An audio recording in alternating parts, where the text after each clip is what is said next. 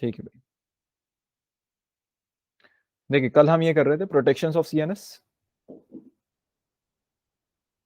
Central nervous system को क्या protections provided है, इसके बारे में हमने कल डिस्कशन किया था, याद है भाई?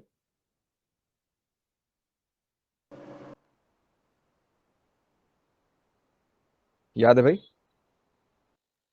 रिस्पॉन्ड करें भाई। Yes sir. Good, very good. ठीक है, तो हमने क्या पढ़ा था कल कि हमारे सेंट्रल नर्वस सिस्टम को 3 तरीके के प्रोटेक्शंस प्रोवाइडेड हैं। एक तो होता है बोनी प्रोटेक्शन, एक होता है विस्कस प्रोटेक्शन और एक होता है मेम्ब्रेनस प्रोटेक्शन। बोनी प्रोटेक्शन में क्या आ जाता है, एक है ब्रेन का protection that is the cranium, और एक है हमारे स्पाइनल कॉर्ड का protection that is vertebral column. ठीक, क्रेनियम को ही हम क्या कहते हैं, ब्रेन बॉक्स। ठीक, क्रेनियम को ही हम क्या कहते हैं, ब्रेन बॉक्स। और उसके बाद हमारा आ जाता है वर्टिब्रल कॉलम, और वर्टिब्रल कॉलम किसको प्रोटेक्ट करता है, स्पाइनल कॉर्ड को, स्पाइनल कॉर्ड को। ठीक, वर्टिब्रल कॉलम के बारे में बात करी थी कि वर्टिब्रल कॉलम हमारा बना होता है स्मॉल बोन से। ठीक है, और उनको हम क्या कहते हैं, उनको हम क्या कहते हैं, वर्टिब्रास। ठीक, वर्टिब्रा। ठीक, उसके बाद अगर हम बात करें तो विस्कस प्रोटेक्शन क्या प्रोवाइडेड होता है, विस्कस प्रोटेक्शन क्या प्रोवाइडेड होता है, सीएसएफ। सीएसएफ क्या है, सेरिब्रोस्पाइनल फ्लूइड।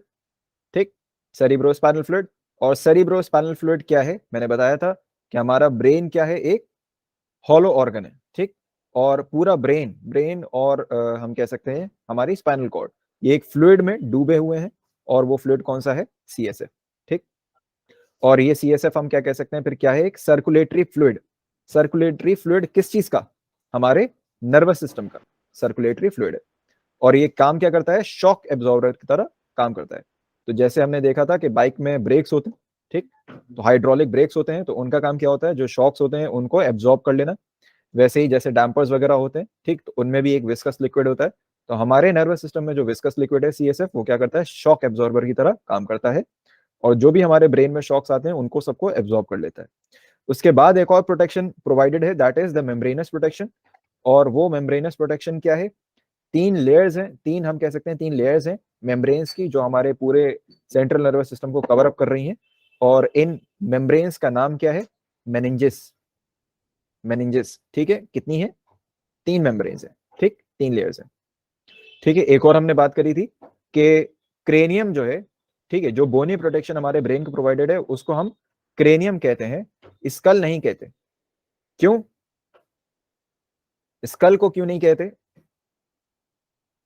स्कल में फेस भी आ जाता है। Good, very good. ठीक है, तो स्कल में हमारा फेस भी आ जाता है, तो फेस की भी बोन्स इंक्लूड हो जाती हैं, पूरा हेड आ जाता है स्कल में बेसिकली। ठीक, तो इसलिए हम पूरे हेड की बात नहीं कर रहे, हम खाली उतने रीजन की बात कर रहे हैं जितने में हमारा ब्रेन है। ठीक, और हमारा ब्रेन एक बॉक्स टाइप के बोनी स्ट्रक्चर में जो है सेफली प्रोटेक्टेड है, और उसी का नाम क्या है, क्रेनियम। ठीक, चलिए नेक्स्ट हम बात करते हैं रिफ्लेक्स आर्क की। ठीक, तो रिफ्लेक्स आर्क क्या है, रिफ्लेक्स आर्क क्या है, reflex arc, what is reflex arc, कौन बताएगा? बताएं भाई, रिफ्लेक्स आर्क क्या है? Sudden involuntary action which is done by spinal cord. नहीं, मैंने क्वेश्चन क्या पूछा, सुना था मैंने क्वेश्चन क्या पूछा, रिफ्लेक्स आर्क, रिफ्लेक्स आर्क क्या है?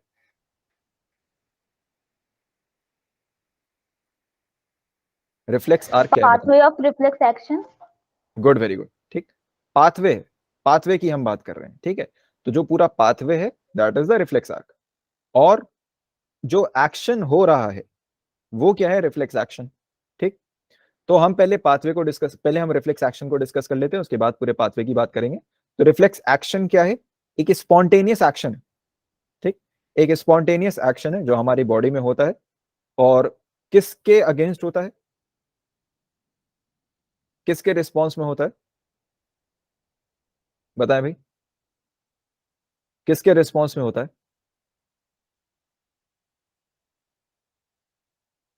बताएं भाई, किसके रिस्पॉन्स में होता है? Stimulus.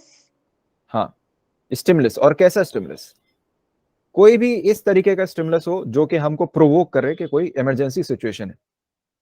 बात समझ आ रही भाई?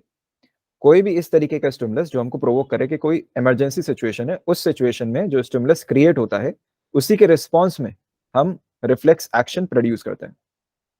ठीक है भाई, बात समझ आ रही नहीं आ रही? बात समझे भाई? Yes, sir. ठीक है, तो अब ऐसे इमरजेंसी सिचुएशन के स्टिमुलस क्या क्या हो सकते हैं? ऐसे इमरजेंसी सिचुएशन के स्टिमुलस क्या क्या हो सकते हैं? एक तो एग्जांपल यहीं पे आपको दिखेगा। एग्जांपल क्या है?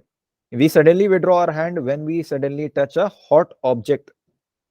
ठीक, तो when we touch a hot object, तो कभी भी कोई गर्म ऑब्जेक्ट को अगर हम छू लें तो एकदम से हमारा हाथ पीछे हो जाता है। तो ये क्या है? एक रिफ्लेक्स एक्शन।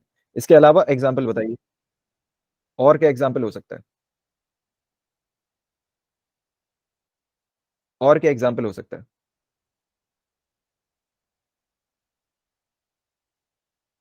बताएं भाई, रिफ्लेक्स एक्शन के और एग्जांपल क्या है, बताएं।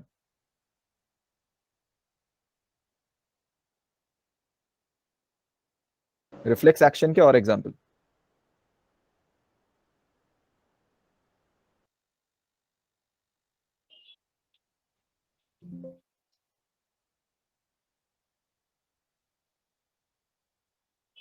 क्या हुआ भाई, आवाज नहीं आ रही क्या? सर ज्वाइन नहीं हो पा रहे थे। अब ज्वाइन हो गए सब?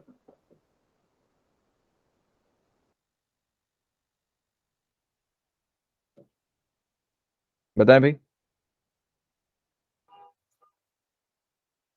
चलिए अब बताएं, रिफ्लेक्स एक्शन के एग्जांपल बताएं।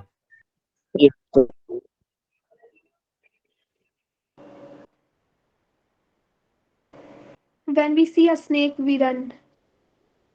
नहीं नहीं नहीं, ये रिफ्लेक्स एक्शन नहीं है। Sneezing. स्नीजिंग और सर किसी और हॉट ऑब्जेक्ट को गलती से टच करना। तो ये तो हो गया एग्जांपल, ये तो मैंने आपको दिखा दिया। Blinking of eyes. Good, very good. Blinking of eye. ठीक, blinking of eye, blinking of eye. और बताएं, ब्लिंकिंग ऑफ आई, और बताएं। Coughing. Coughing, coughing reflex action नहीं है। सर रेस्पिरेशन के ड्यूरिंग रेस्पिरेशन के टाइम पर नहीं हो सकता? नहीं नहीं नहीं, कफिंग एक रिफ्लेक्स एक्शन नहीं है। ठीक, वो तो आपका एक पूरा वॉलेंट्री एक्शन है। ठीक है, या इनवॉलेंट्री हो सकता है कुछ सिचुएशंस में। ठीक, तो वो तो Okay. आपका पूरा कंट्रोल्ड है। ठीक है, वो तो पूरा एक कंट्रोल्ड एक्शन हुआ। Mouth watering. हाँ, good. Heart beat. Heart beat, ये जो हो गया। एग्जांपल्स बता रहे हैं, ये एग्जांपल्स जो बता रहे हैं, जरा एक बार सोचें कि इनवॉलेंट्री एक्शन के एग्जांपल बता रहे हैं या रिफ्लेक्स एक्शन बता रहे हैं? हाँ भाई, सर इनवॉलेंट्री। इनवॉलेंट्री हैं ये जो एग्जांपल्स बता रहे हैं ये इनवॉलेंट्री हैं, रिफ्लेक्स एक्शन नहीं है ये। ठीक है, तो कुछ हमारे बॉडी रिफ्लेक्सेस होते हैं, कुछ हमारे क्या होते हैं, बॉडी रिफ्लेक्सेस होते हैं। ठीक है, तो वो भी एक एग्जाम्पल हो जाएंगे। जैसे एक आपको एग्जाम्पल दूं, और भी बहुत सारे एग्जाम्पल होते हैं। एक एग्जाम्पल आपको देता हूं कि डॉक्टर्स एक टेस्ट करते हैं। ठीक है, शायद इसमें इमेज हो। ठीक, तो डॉक्टर्स एक टेस्ट करते हैं और ये जनरली पोलियो के टेस्टिंग में होता है कि ये आपकी अगर नी है सपोज, ठीक, तो यहाँ पे हैमरिंग करते हैं यहाँ पे। ठीक, यहाँ पे आपके नी पे, ठीक है, आपकी नी पे यहाँ पे हैमरिंग करते हैं। और जैसे ही इसको हैमर करते हैं तो एकदम से आपकी नी क्या होती है, ऊपर, आपका लेग जो है वो ऊपर आ जाता है। ठीक है, लेग जो है वो ऊपर आ जाता है। तो ये सिचुएशन क्रिएट होती है नी पे जब हैमरिंग होती है तब। तो ये एक बॉडी का रिफ्लेक्स है। ठीक है, ये आपके कंट्रोल में नहीं है। ठीक है, ये आपके कंट्रोल में नहीं है, ये अनकॉन्शियसली हो जाता है। ठीक है भाई, बात समझ आ रही है? तो ये एक बात आपके बॉडी का रिफ्लेक्स है। और जिनके कह सकते हैं हम, जिनको पोलियो वगैरह हो जाता है उनकी बॉडी में ये चीज नहीं होती। तो ये एक बॉडी का रिफ्लेक्स है, डॉक्टर्स इसको चेक करते हैं। ठीक है, कि इनके बॉडी के जिसकी बॉडी के रिफ्लेक्सेस सही है नहीं है। और एक और इसी तरीके के काफी रिफ्लेक्सेस होते हैं।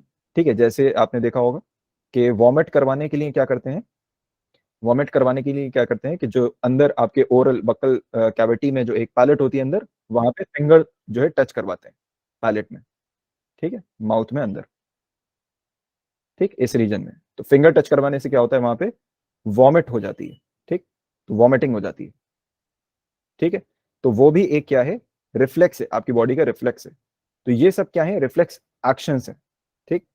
रिफ्लेक्स एक्शन और इनवॉलेंट्री एक्शन में डिफरेंस क्या है, अभी उस पे आएंगे हम बाद में, ठीक है। अभी उसको क्वेश्चन को ऐसे ही रखते हैं, अभी उस पे बाद में आएंगे। यहाँ पे देखें, रिफ्लेक्स एक्शन क्या है, it is a sudden unconscious and involuntary response, ठीक। सडन पता चल गया आपको, अचानक से होता है, ठीक है, सारे एक्शंस क्या हो रहे हैं, अचानक से हो रहे हैं। अनकॉन्शियस, ठीक, आपके कॉन्शियस माइंड में इसकी प्रोसेसिंग नहीं हुई है, आपके कॉन्शियस माइंड में इसकी प्रोसेसिंग नहीं हुई है। एंड इनवॉलेंट्री, आपके कंट्रोल में नहीं है, इसको रोक नहीं सकते, ये हो गई, ठीक है भाई, बात समझ आ रही। ऑफ द इफेक्टर्स, इफेक्टर्स क्या है, कल इसकी बात करी थी, इफेक्टर्स क्या है, इफेक्टर मसल्स होती हैं, ठीक है, जहां पे रिस्पॉन्स क्रिएट हो रहा है, ठीक, तो वो क्या है, इफेक्टर्स। तो effector muscles to a stimulus, कोई भी स्टिमुलस जो क्रिएट हो, ठीक। एग्जाम्पल जैसे हमने बात कर ली, एग्जाम्पल क्या है, touching a hot object, blinking of I, body reflexes, ये सब क्या है, रिफ्लेक्स एक्शन है। In this reflex action the nerves in the skin, ठीक है, देखिए, तो इसकी हमने कल बात करी थी, nerves in the skin, skin में जो नर्व सेल्स प्रेजेंट हैं उसको हम क्या कहते हैं, रिसेप्टर्स, क्या कहते हैं उसको, receptors. Detect the heat and passes the message through the sensory nerves, ठीक, ठीक है, बात समझ आ रही है कि रिसेप्टर से मैसेजेस आपके सीएनएस तक पहुंचाने का काम जो है वो किसके थ्रू होता है, सेंसरी नर्व्स के थ्रू, ठीक, ये सिग्नल पहुंचाती हैं सीएनएस तक, ठीक, और to the spinal cord, to the spinal cord, ठीक है, सीएनएस में किसके पास, spinal cord. Then the information passes through the motor nerves, spinal cord के पास जैसे ही मैसेज जाता है कि कुछ इमरजेंसी सिचुएशन क्रिएट हो रही है, तो फौरन से स्पाइनल कॉर्ड एक और कमांड जनरेट करती है, और वो कमांड आता है थ्रू मोटर नर्व्स, किसके थ्रू आता है, थ्रू मोटर नर्व्स, और कहां पे आता है, ऑन द इफेक्टर मसल, ठीक है, to the effector muscle of the hand, ठीक है, यहाँ पे हैंड की बात हो रही है, तो हैंड यहाँ पे इन्होंने लिख दिया, and we withdraw our hand, ठीक है भाई, बात समझ में आ रही है, ठीक है। तो यही एक्शन जो होता है, ये जो एट द एंड जो एक्शन हो रहा है, वो एक्शन क्या है, रिफ्लेक्स एक्शन, ठीक है। इसका पाथ देख लें भाई, इसका पाथ देखें, पाथ इसका कैसे होता है, ये जो पूरा पाथवे है रिफ्लेक्स एक्शन का, उसी को ही हम क्या कहते हैं, रिफ्लेक्स आर्क, ठीक। The pathway, the pathway of a reflex action is called reflex arc, ठीक। In a reflex arc the stimulus is received by the receptors, that is the sense organs, ठीक, रिसेप्टर्स कौन है, sense organs, and it passes through the sensory nerves to the spinal cord.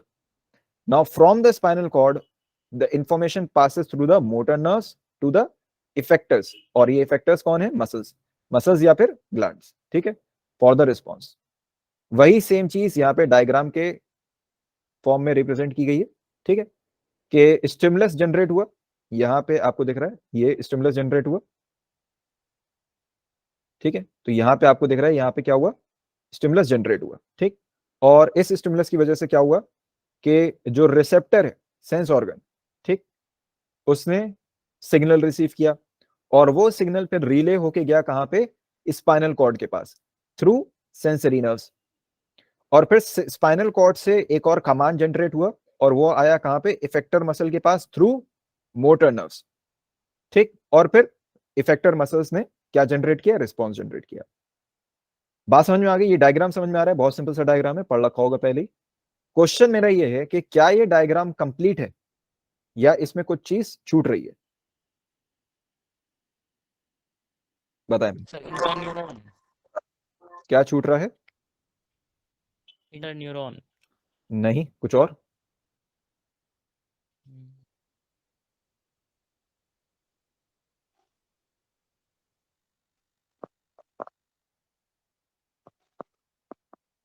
बताएं भाई,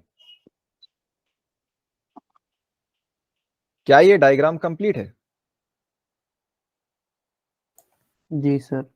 ठीक है, सबके लिए कंप्लीट है या कोई है किसी को लग रहा हो कुछ छूट रहा है इसमें?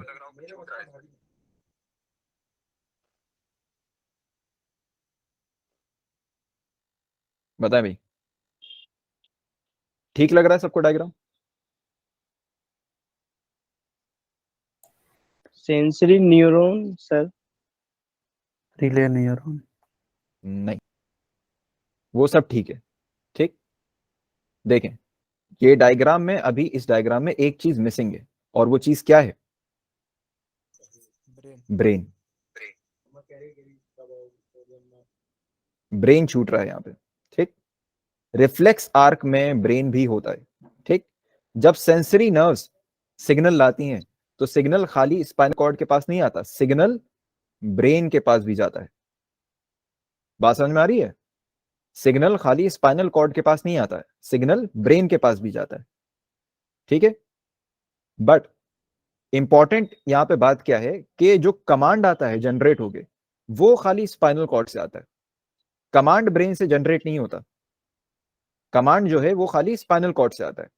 इसीलिए जब भी हम कोई रिफ्लेक्स एक्शन करते हैं, तो रिफ्लेक्स एक्शन जब हो जाता है तो सिग्नल तो ब्रेन के पास भी गया है ना, सिग्नल तो ब्रेन के पास भी गया है ना, तो ब्रेन को कोई चीज प्रोसेस करने में टाइम लगता है। ठीक है, तो जब हम कोई रिफ्लेक्स एक्शन कर देते हैं तब हमें बाद में एहसास होता है, हमारा ब्रेन उतनी देर में प्रोसेस कर लेता है वो इन्फॉर्मेशन, तब हमको एहसास होता है अरे ये क्या हुआ, हमने हाथ पीछे कर लिया, हमने कोई चीज गर्म छू ली थी। ठीक है, या कोई शार्प ऑब्जेक्ट हो, कोई शार्प ऑब्जेक्ट हो, ठीक है, हम उसको छू लें एकदम से। ठीक है, सपोज कोई जॉइंट्स वगैरह पे कई बार क्या होता है, जैसे आपका कोई एल्बो लग गया है कहीं पे, ठीक है, आपका एल्बो कहीं पे लग गया है, कोई शार्प ऑब्जेक्ट है, नी जर्क। ठीक है, कोई शार्प ऑब्जेक्ट है, तो एकदम से क्या होता है, जर्क आपको महसूस होता है। ठीक है, आप हाथ पीछे कर लेंगे, तो क्या होता है, वो हाथ हटाने के बाद आपको एहसास होता है कि आपने कोई एक्शन क्रिएट किया है। क्यों? क्योंकि उतनी देर में वो जो चीज है वो आपके ब्रेन में प्रोसेस हो गई। ठीक है, बट यहां पे रिस्क है। ठीक है, जैसे आपको समझ में ही आ रहा होगा कि यहां पे रिस्क क्या है कि ब्रेन आपका जो कर रहा है कमांड, जो मतलब आपको एहसास हो रहा है ब्रेन की वजह से, ब्रेन में प्रोसेसिंग हो रही है, और ब्रेन को चीज प्रोसेस करने के लिए क्या चाहिए, टाइम चाहिए। तो ब्रेन को क्या चाहिए, प्रोसेसिंग टाइम। ब्रेन को क्या चाहिए, प्रोसेसिंग टाइम। ठीक, लेकिन हमारी जो डिमांड है ऐसी सिचुएशंस में, हमारी डिमांड क्या है कि हमको अर्जेंट रिस्पॉन्स चाहिए, इमीडिएट। ठीक, और वो इमीडिएट रिस्पॉन्स ब्रेन क्रिएट नहीं कर सकता। क्यों? क्योंकि उसको प्रोसेस करने के लिए, इंफॉर्मेशन प्रोसेस करने के लिए टाइम चाहिए। ठीक है, बात समझ आ रही है? इसीलिए हमको एक ऑल्टरनेट रूट चाहिए था, और वो ऑल्टरनेट रूट क्या है, स्पाइनल कॉर्ड।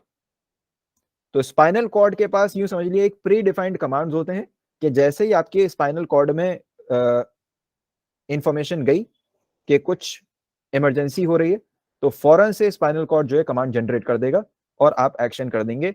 एक्शन होने के बाद आपको पता चलेगा कि आपने एक्शन कर दिया है। ठीक है, यही क्या है, रिफ्लेक्स एक्शन। और ब्रेन की अगर हम बात करें, ब्रेन की प्रोसेसिंग टाइम की, तो ब्रेन क्या करता है कि ब्रेन को हर चीज प्रोसेस करने के लिए टाइम लगता है। ठीक है, जैसे सपोज आपके सामने से कोई कार आ रही है, ठीक है, आपके सामने से कोई कार आ रही है, या आप ध्यान नहीं दे रहे हैं, ठीक है, अचानक से कोई कार आ गई आपके सामने, आप रोड क्रॉस कर रहे हैं, अचानक से कोई कार आ गई, तो आप इमीडिएट कुछ नहीं कर पाएंगे। ठीक है, आप इमीडिएटली कुछ नहीं कर पाएंगे। क्यों? क्योंकि आपके ब्रेन को क्या चाहिए, प्रोसेसिंग के लिए, जैसे अभी मैंने बताया, ब्रेन को क्या चाहिए, प्रोसेसिंग के लिए टाइम चाहिए। और ब्रेन क्या करता है, चीज को प्रोसेस कैसे करता है, देख के। ठीक है, ब्रेन पहले देखेगा, पहले विजुअलाइज करेगा कि क्या हो रहा है मेरे सराउंडिंग में। ठीक है, और विजुअलाइज कैसे कर सकता है, विजुअलाइज कैसे कर सकता है, ब्रेन को अलग अलग इमेजेस डिस्टिंग्विश करने के लिए कुछ टाइम चाहिए। ठीक है, जिसको हम क्या कहते हैं, हमारे आई की वो एक प्रॉपर्टी जिसको हम क्या कहते हैं, persistence of eye, persistence of eye. ठीक है, तो कुछ फ्रेम्स हैं कि हमको लिमिटेड टाइम में, ये कहा जाता है परसिस्टेंस ऑफ आई क्या है, कितना होता है, कोई बता सकता है, कोई बता सकता है परसिस्टेंस ऑफ आई कितना होता है?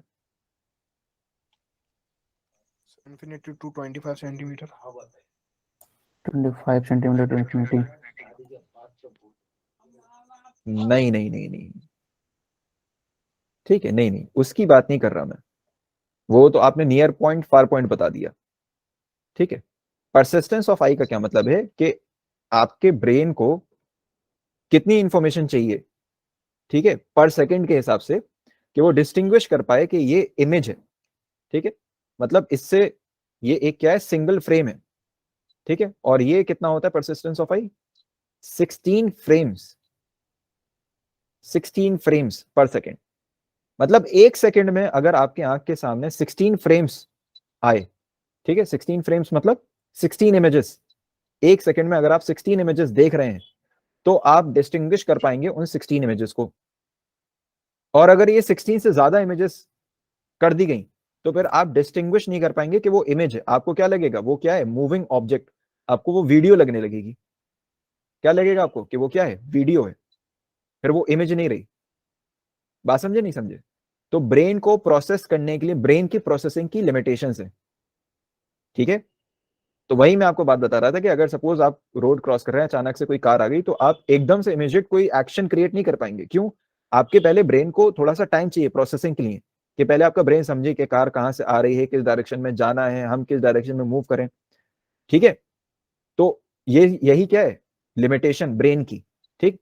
और ये लिमिटेशन का रिस्क हम नहीं ले सकते, किन सिचुएशन में, इस तरीके की सिचुएशन में, ठीक है। क्योंकि अगर हमने इतना टाइम दे दिया तो क्या होगा कि कोई शार्प ऑब्जेक्ट है तो वो पूरे हमारे हाथ के अंदर घुस जाएगा, ठीक है। कोई हॉट ऑब्जेक्ट है तो हम उसको छूते ही चले जाएंगे, हमारा हाथ पूरा जल जाएगा, तब जाके हम प्रोसेस कर पाएंगे कि वो हॉट है, ठीक है भाई। तो ये बेनिफिट है स्पाइनल कॉर्ड के थ्रू रिस्पॉन्स जनरेट कराने का, ठीक है। इसी एक्शन को हम क्या कहते हैं, रिफ्लेक्स एक्शन। और ये जो पूरा पाथवे है, ये जो पूरा पाथवे इंक्लूडिंग ब्रेन, ये जो पूरा पाथवे, इसी को ही हम क्या कहते हैं, रिफ्लेक्स आर्क, ठीक है। नेक्स्ट देखें भाई, कुछ स्टूडेंट्स थे, ठीक है, तो वो कह रहे थे कि कुछ आपने पेरिफेरल नर्वस सिस्टम के बारे में नहीं बताया, ठीक है। मैं अब भी यहाँ पे ये आपको इमेज दिखा रहा हूँ, बट मैं आपको अब भी बता रहा हूँ कि ये एक्स्ट्रा टॉपिक है, ठीक है, आपके एनसीईआरटी में नहीं है, ठीक है, और एक्स्ट्रा है, आपको पढ़ना है तो बस ये बता दे रहा हूँ। जैसे नर्वस सिस्टम के बारे में हमने पढ़ा था, नर्वस सिस्टम आपके दो टाइप्स के, एक तो आपका सीएनएस और पीएनएस, सेंट्रल नर्वस सिस्टम और peripheral nervous system. Central nervous system में क्या आ जाता है, आपका ब्रेन आ जाता है और स्पाइनल कॉर्ड आ जाता है, ठीक है। इनके बारे में हम पढ़ चुके हैं। ब्रेन का क्या काम है, it receives and processes sensory information, initiates responses, stores memories, generates thoughts and emotions. ये सारे काम किसके हैं, ब्रेन के हैं। स्पाइनल कॉर्ड की अगर हम बात करें तो इसका काम क्या होता है, it conduct signals to and from the brain and controls reflex activities. अभी हमने पढ़ा रिफ्लेक्स एक्शन कौन कंट्रोल करता है, स्पाइनल कॉर्ड, ठीक है। पेरिफेरल नर्वस सिस्टम की अगर हम बात करें तो पेरिफेरल नर्वस सिस्टम फर्दर हमारा डिवाइडेड होता है किसमें, मोटर न्यूरॉन्स में और सेंसरी न्यूरॉन्स में, ठीक। तो यहाँ पे आपकी जो इन ऑर्गन्स, ब्रेन और स्पाइनल कॉर्ड के अलावा जो चीजें हैं, इन ऑर्गन्स के अलावा जो चीजें हैं, मतलब नर्व्स हो गई, न्यूरॉन्स वगैरह हो गए, वो सब आपके इसी में इंक्लूडेड होते हैं पेरिफेरल नर्वस सिस्टम में, ठीक। तो मोटर न्यूरॉन्स की अगर हम बात करें तो मोटर न्यूरॉन्स, जैसे अभी हमने पढ़ा रिफ्लेक्स आर्क में, कि मोटर न्यूरॉन का क्या काम होता है, to send messages from CNS, central nervous system, to muscles, या हम कह सकते हैं इफेक्टर्स, ठीक। कौन सी मसल्स, इफेक्टर मसल्स तक। सीएनएस से इफेक्टर मसल्स तक सिग्नल पहुंचाने का काम किसका है, मोटर न्यूरॉन का, ठीक है। सेंसरी न्यूरॉन का क्या काम है, ऑपोजिट काम है, ठीक है। सेंसरी ऑर्गन से सीएनएस तक इंफॉर्मेशन पहुंचाने का काम, सिग्नल पहुंचाने का काम किसका है, सेंसरी न्यूरॉन्स का, ठीक है। मोटर न्यूरॉन्स को अगर हम फर्दर डिवाइड करें तो इसमें भी कौन से होता है, हमारे सोमैटिक नर्वस सिस्टम और ऑटोनॉमिक नर्वस सिस्टम, ठीक। नाम से ही समझ में आ रहा होगा आपको, ऑटोनॉमिक, ऑटोनॉमिक का क्या मतलब है, जो ऑटोमेटिक हो जाए काम, ठीक है, जो काम ऑटोमेटिक हो जाए। और ऑटोमेटिक कौन सा काम होता है हमारा, इनवॉलेंट्री एक्शन, ठीक है, इनवॉलेंट्री एक्शन। तो इनवॉलेंट्री रिस्पॉन्सेस को जो कंट्रोल करता है, that is the autonomic nervous system, ठीक। ऑन द कॉन्ट्ररी, अगर हम बात करें जो हमारे वॉलेंट्री मूवमेंट्स हैं या हमारे वॉलेंट्री रिस्पॉन्सेज हैं, उनको जो कंट्रोल करता है वो कौन है, सोमैटिक नर्वस सिस्टम। बात समझ में आ गई भाई, सोमैटिक नर्वस सिस्टम हो गया, ऑटोनॉमिक नर्वस सिस्टम हो गया। ऑटोनॉमिक नर्वस सिस्टम फिर फर्दर डिवाइडेड है दो और कैटेगरीज में, एक क्या आपका सिंपैथेटिक डिवीजन और एक है पैरासिम्पैथेटिक डिवीजन, ठीक। सिंपैथेटिक डिवीजन और पैरासिम्पैथेटिक डिवीजन में क्या है, हमारे बॉडी के स्टेट्स के अकॉर्डिंग ये डिवाइडेड है, ठीक है। मतलब हमारी बॉडी जनरली दो स्टेट में रहती है, ठीक है। या तो हमारी बॉडी बिल्कुल रेस्ट आइडल स्टेट में रहती है, तो उस स्टेट में हमारी बॉडी में कौन कौन से काम होते हैं? रेस्ट और डाइजेस्ट, रेस्ट और डाइजेस्ट। ठीक है, तो ये जो फंक्शंस कंट्रोल करने का काम है वो किसका है? पैरासिम्पैथेटिक डिवीजन का। ठीक है, और अगर हमारी बॉडी आइडल नहीं है, रेस्ट की स्टेट में नहीं है, तो हमारी बॉडी क्या है? हाइपर एक्टिविटी के स्टेट में होगी। दैट इज द फाइट और फ्लाइट, फाइट और फ्लाइट। ठीक, तो हमारी बॉडी इस स्टेट में जब होती है तो इसको कंट्रोल करने का काम किसका होता है? सिंपैथेटिक डिवीजन का। ठीक है, बात समझ में आ गई भाई? तो ये डिवीजन है आपके पेरिफेरल नर्वस सिस्टम के। ठीक, इसको एक और तरीके से समझा जा सकता है, जैसे ये देखें। ठीक है, तो जैसे सेंट्रल नर्वस सिस्टम है, इसकी तो हम बात कर चुके थे पहले। ठीक है, सेंट्रल नर्वस सिस्टम में आपका क्या आ जाता है? ब्रेन आ जाता है, स्पाइनल कॉर्ड आ जाता है, फिर उसके अलग तरीके से यहाँ पे डिविजन्स कर रखे हैं, उसमें आपको नहीं जाना है, वो सब आपने पढ़ लिया है पहले। ठीक, ब्रेन के डिविजन्स और स्पाइनल कॉर्ड हो गया। उसके बाद अगर हम देखें तो पेरिफेरल नर्वस सिस्टम। ठीक, पेरिफेरल नर्वस सिस्टम में आपका क्या है? तो यहाँ पे 3 डिविजन्स आ जाते हैं पेरिफेरल नर्वस सिस्टम में। एक तो आपका आ जाता है ganglia, nerves and enteric nervous system. ठीक, गैंग्लिया में भी आपके 2 यहाँ पे आ जाते हैं, that is the sensory ganglia and autonomic ganglia. ठीक, और नर्व्स की अगर हम बात करें तो नर्व्स के बारे में मैंने पहले भी डिस्कशन किया था। नर्व्स में क्या आ जाता है आपका? क्रेनियल नर्व्स और स्पाइनल नर्व्स। ठीक, क्रेनियल नर्व्स मैंने बात करी थी। क्रेनियल नर्व्स कितनी होती हैं? क्रेनियल नर्व्स कितनी होती हैं? बता भाई। 12 पेयर। 12 pairs, sir. ठीक है, 12 पेयर्स। और स्पाइनल नर्व्स 21 पेयर। 31 पेयर्स। 31। ठीक है, 31 पेयर्स। तो ये हमारी स्पाइनल नर्व्स और क्रेनियल नर्व्स है। ठीक है, नेक्स्ट अगर आप देखें क्रेनियल नर्व्स के बारे में, ठीक है, क्रेनियल नर्व्स के अगर बारे में आप देखें तो क्रेनियल नर्व्स में वो 12 पेयर कौन कौन से हैं? तो इसमें अलग अलग तरीके की क्रेनियल नर्व्स हैं। ठीक है, तो ये सब आपका एक्स्ट्रा टॉपिक है। ठीक है, मैं बताता हुआ चल रहा हूँ, ये सब एक्स्ट्रा टॉपिक है, आपके सिलेबस का नहीं है। ठीक है, फिर भी एक्स्ट्रा के अकॉर्डिंग अगर आपको पढ़ना है तो आप इसको पढ़ सकते हैं। ठीक है, और स्किप करना चाहें तो इसको स्किप कर सकते हैं, उतना इंपॉर्टेंट है भी नहीं है आपके एंट्रेंस के लिहाज से। ठीक, नेक्स्ट देखें ऑल्फैक्टरी। ठीक, तो फर्स्ट आपकी जो नर्व्स है that is the olfactory nerves. ठीक है, ऑल्फैक्टरी आपको वैसे ही पता है। ठीक है, किससे एसोसिएटेड होता है? Smell, centre for smell. ठीक है, तो ये जो नर्व्स हैं आपकी ऑल्फैक्टरी स्मेल से एसोसिएटेड है। देन ऑक्यूलोमोटर, ऑक्यूलोमोटर किससे एसोसिएटेड है? That is the eye movement and प्यूपिल reflex. ठीक, प्यूपिल रिफ्लेक्स मतलब आपके जो आई से रिलेटेड रिफ्लेक्स एक्शंस हैं वो। देन ट्राइगेमिनल, ट्राइगेमिनल आपका फेस सेंसेशन। ठीक, फेस सेंसेशन एंड च्यूइंग। ठीक, इन दोनों से एसोसिएटेड क्या है आपका? ट्राइगेमिनल। Then the facial. ठीक, फेशियल नर्व्स आपकी फेस मूवमेंट और टेस्ट, इन दोनों से एसोसिएटेड है।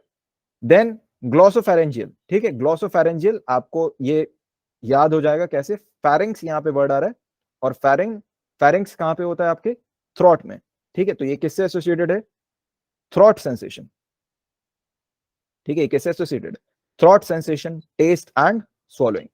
देन एसेसरी नर्व्स होती हैं, एसेसरी नर्व्स आपके नेक मूवमेंट को कंट्रोल करती हैं। ठीक है, देन आपकी आ जाती हैं हाइपोग्लॉसल एंड वेगस। हाइपोग्लॉसल और वेगस की अगर हम बात करें तो ये दोनों ही सेंसेशन, मूवमेंट और एब्डोमिनल ऑर्गन्स को कंट्रोल करते हैं। ठीक, देन वेस्टिबुलो, यहाँ पे वेस्टिबुलो कॉक्लियर अगर आप देखें तो कॉक्लिया, अगर आप लोगों ने नाम सुना हो कॉक्लिया का, तो कॉक्लिया आपका बेसिकली किसका पार्ट होता है? इनर ईयर का पार्ट होता है, इनर ईयर का पार्ट होता है कॉक्लिया। ठीक है, यहां से आपको याद रहेगा vestibulo cochlear that is associated with hearing and balance. ठीक है, हियरिंग एंड बैलेंस। अच्छा, यहाँ पे एक और बात देखें, बैलेंस से क्यों एसोसिएटेड है? बैलेंस से क्यों एसोसिएटेड है? हियरिंग तो चलिए बात समझ में आ गई, बैलेंस से क्या मतलब है?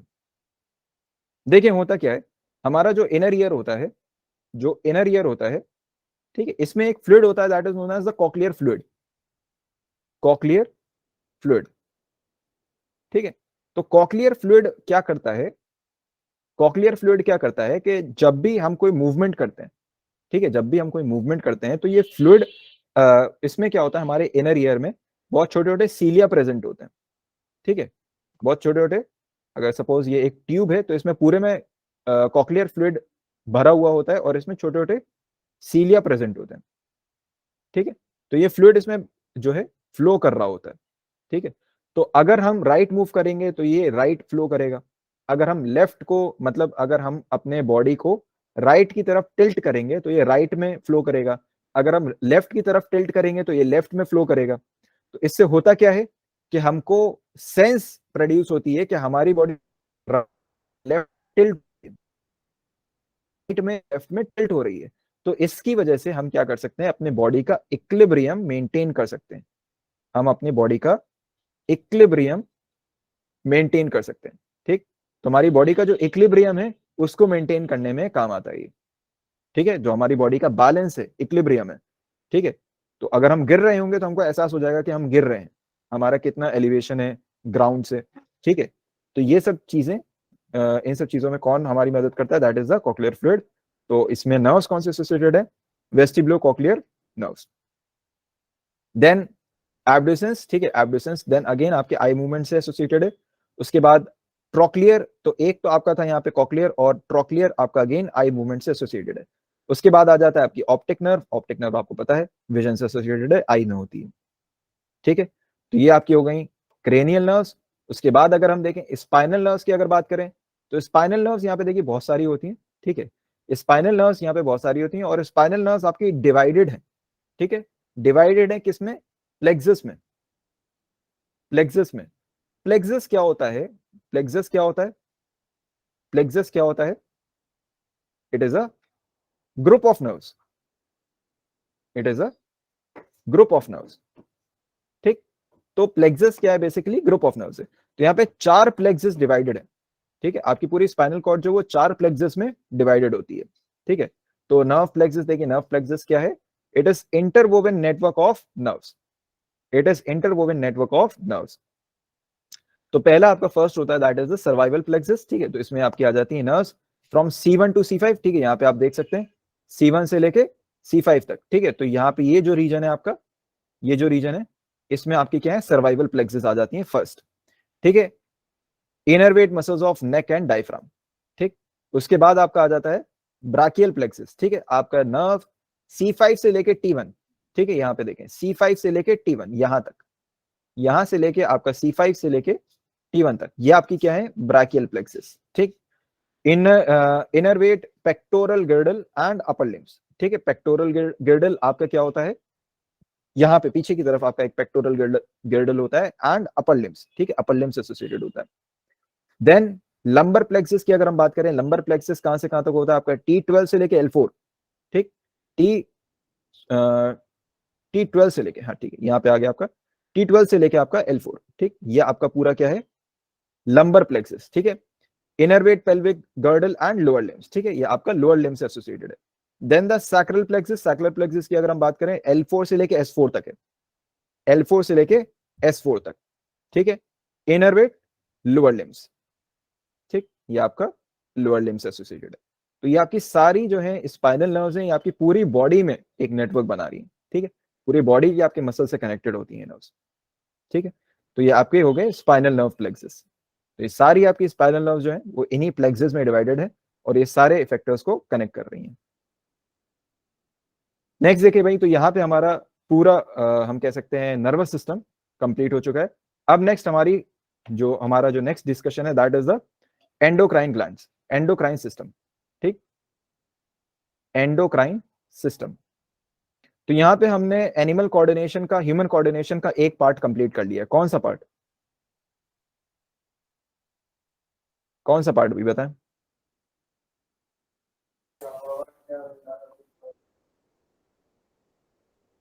कौन सा पार्ट हमने कंप्लीट कर लिया है,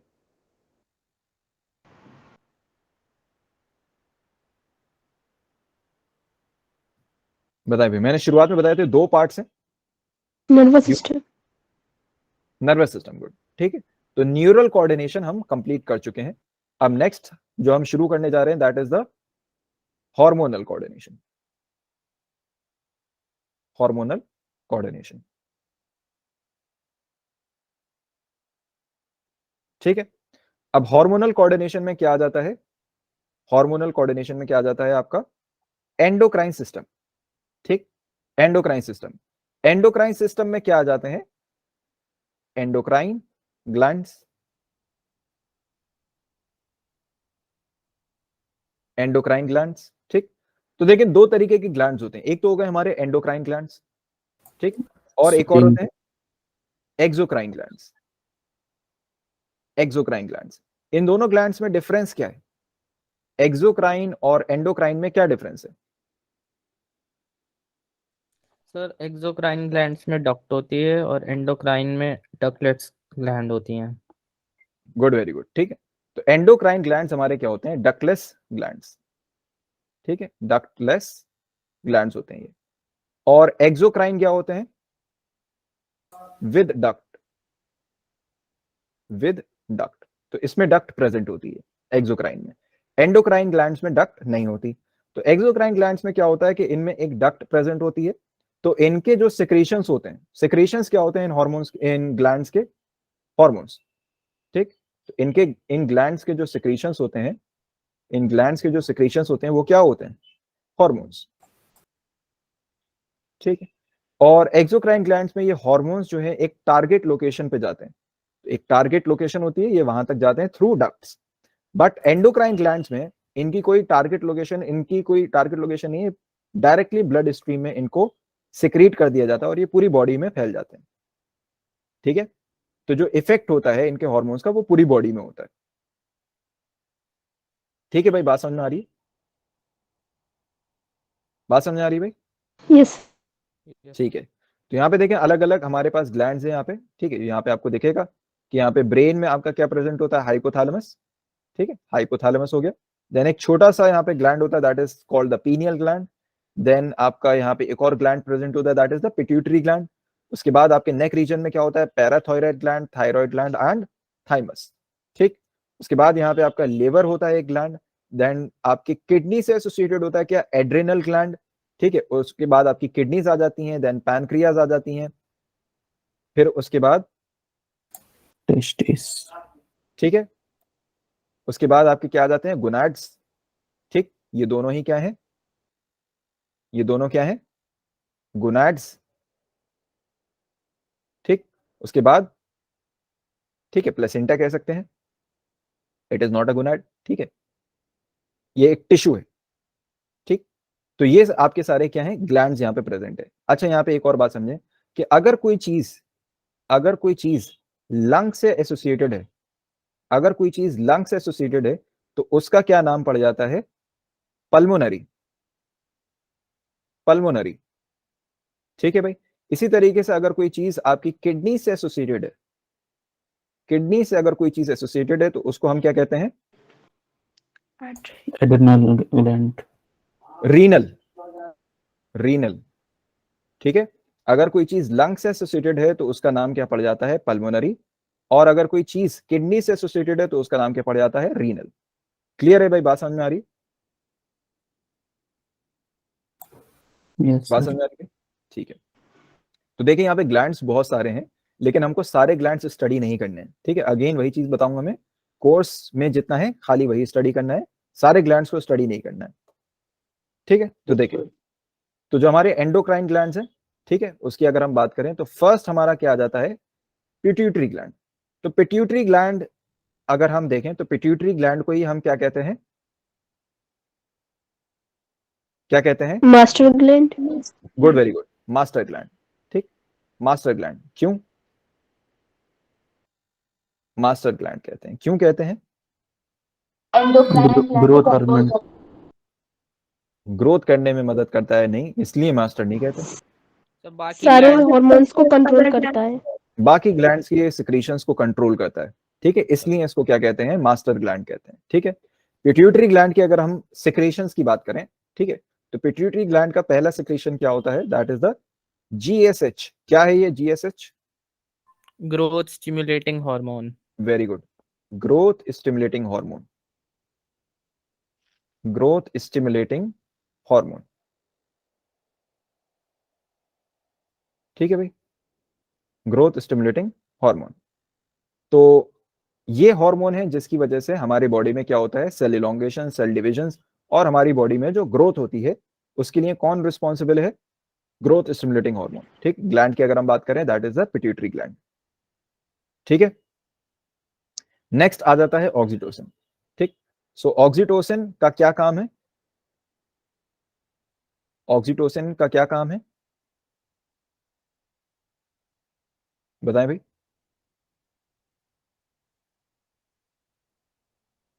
क्या काम है ऑक्सीटोसिन का? सर बताइए। बर्थ हार्मोन है। हाँ, कह सकते हैं।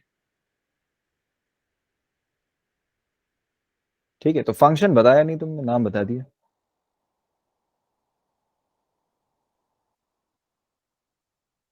बताएं भाई, फंक्शन बताएं। सर डिलीवरी के समय जो सिक्रेशन होता है डिलीवरी नॉर्मल करने के लिए। ठीक है, तो उस टाइम पे जो कॉन्ट्रैक्शंस प्रोड्यूस होते हैं, ठीक है, उसके लिए कौन रिस्पॉन्सिबल है? ऑक्सीटोसिन। ठीक है, ऑक्सीटोसिन की वजह से कॉन्ट्रैक्शंस प्रोड्यूस होते हैं मसल्स में। और एक और इसका काम क्या है? Egestion of milk. ठीक, सो इजेशन ऑफ मिल्क का काम किसका है? ऑक्सीटोसिन का। क्लियर है भाई, बात समझ आ रही है? इजेशन का क्या मतलब होता है? लाइफ प्रोसेस में पढ़ा था। To Secrete. To secrete. ठीक है, तो सिक्रीशन का काम क्या है? किसका है? काम किसका है? ऑक्सीटोसिन का। ठीक, नेक्स्ट अगर हम बात करें तो नेक्स्ट एक और इसका सिक्रीशन क्या है? वेजोप्रेसिन। सो वेजोप्रेसिन एक और हार्मोन है जो कि पिट्यूटरी ग्लैंड से सिक्रीट होता है। नेक्स्ट वेजोप्रेसिन के बाद क्या है? प्रोलैक्टिन। प्रोलैक्टिन का क्या काम है? प्रोलैक्टिन का क्या काम है? Synthesis and secretion of milk. Synthesis and secretion of milk. अब एक बात ये बताएं कि हमने ऑक्सीटोसिन में भी वही चीज पढ़ी और हम प्रोलैक्टिन में भी वही चीज पढ़ रहे हैं, तो दोनों में डिफरेंस क्या है? दोनों में क्या डिफरेंस है? सर इसमें मिल्क सिंथेसाइज हो रहा है, मिल्क बन रहा है इसके ठीक है, कारण। ठीक है, और सिक्रीशन, ये तो सेम चीज हो गई ना भाई। तो डिफरेंस क्या है? डिफरेंस क्या है? सिक्रेशन मीन्स बॉडी से बाहर करना। हाँ, ठीक है, थोड़ा सही बताया। ठीक है, तो ऑक्सीटोसिन में क्या इसमें होता है? ह्यूमन मिल्क सीड होता है मेमोरी ग्लैंड से। हाँ, ठीक है, इसमें क्या होता है? ये जो आपका इजेशन है, इजेशन किसके थ्रू है? From body. ठीक है, या हम क्या कह सकते हैं? From mammary glands.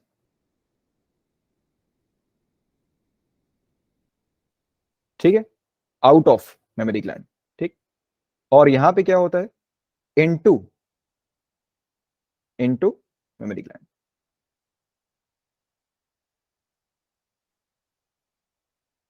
डिफरेंस समझ में आ गया भाई? डिफरेंस समझ में आ गया? Yes sir. ठीक है। सर अच्छा, वेजोप्रेसिन का काम बता दीजिए। वेजोप्रेसिन बेसिकली जो होता है, ये आपका जो है ऑक्सीटोसिन जब ज्यादा सिक्रीट होने लगता है, ठीक है, तो उसको सप्रेस करने में काम आता है। ठीक है, उतना इंपॉर्टेंट नहीं है, ओके इसलिए मैंने खाली इसका नाम ही बताया। ठीक, अच्छा एक ये बताएं, ऑक्सीटोसिन कैसा हार्मोन है? मेल हार्मोन है या फीमेल हार्मोन है? Female. फीमेल। फीमेल। ऑक्सीटोसिन। ठीक, देखिए भाई, ज्यादातर लोग आंसर देखेंगे इसका कि ये फीमेल हार्मोन है। ठीक, बट एक्चुअल में ऑक्सीटोसिन और टेस्टोस्टेरोन दोनों ही, ठीक है, ऑक्सीटोसिन और टेस्टोस्टेरोन दोनों ह्यूमन बींग्स में प्रोड्यूस होता है, मेल्स में भी और फीमेल्स में भी। ठीक है, बात समझ आ रही है? बात समझ आ रही है भाई? तो इसको फीमेल हार्मोन अगर कहते हैं तो क्यों कहते हैं? अगर इसको फीमेल हार्मोन कहते हैं तो क्यों कहते हैं? कोई बता सकता है? सर उसका अमाउंट ज्यादा होता है एज कम्पेयर टू मेल। ठीक है, और टेस्टोस्टेरोन?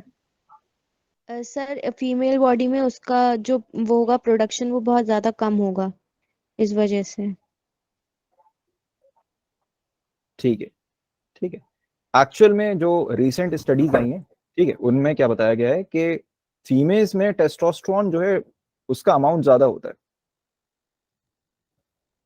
ठीक है, जो मेजर हार्मोन सिक्रीट होता है, ठीक है, कंपैरेटिवली, ठीक है, अगर फीमेल बॉडी में ऑक्सीटोसिन और टेस्टोस्टेरोन को अगर देखें तो कंपैरेटिवली टेस्टोस्टेरोन का वहां पे डोमिनेंट है सिक्रीशन। ठीक, बट मेल और फीमेल को अगर कंपेयर करें तो मेल में टेस्टोस्टेरोन ज्यादा रिलीज होता है और फीमेल में ऑक्सीटोसिन ज्यादा रिलीज होता है। ठीक है, मेल्स में भी ऑक्सीटोसिन रिलीज होता है बट काफी माइन्यूट अमाउंट्स में। बात समझ आ रही है? तो इसलिए क्योंकि फीमेल और मेल को अगर कंपेयर करें तो फीमेल्स में ऑक्सीटोसिन का अमाउंट ज्यादा होता है, इसलिए उसको फीमेल हार्मोन कहते हैं, और मेल्स में टेस्टोस्टेरोन कंपैरेटिवली ज्यादा होता है, इसलिए उसको मेल हार्मोन कहते हैं। बात समझ में आ गई भाई? बात समझ में आ गई? Yes, sir. चलिए आगे देखें। ठीक है, नेक्स्ट हमारा क्या है? टेस्टिस। टेस्टिस क्या है? और ओवरीज भी, इन दोनों को ही क्या कहते हैं? क्या कहते हैं इन दोनों को? गोनाड्स। ठीक, क्या होता है गोनाड? गोनाड क्या होता है? Sex organ. नहीं, कह सकते हैं, ठीक है, बट क्या फंक्शन क्या होता है? फंक्शन क्या होता है?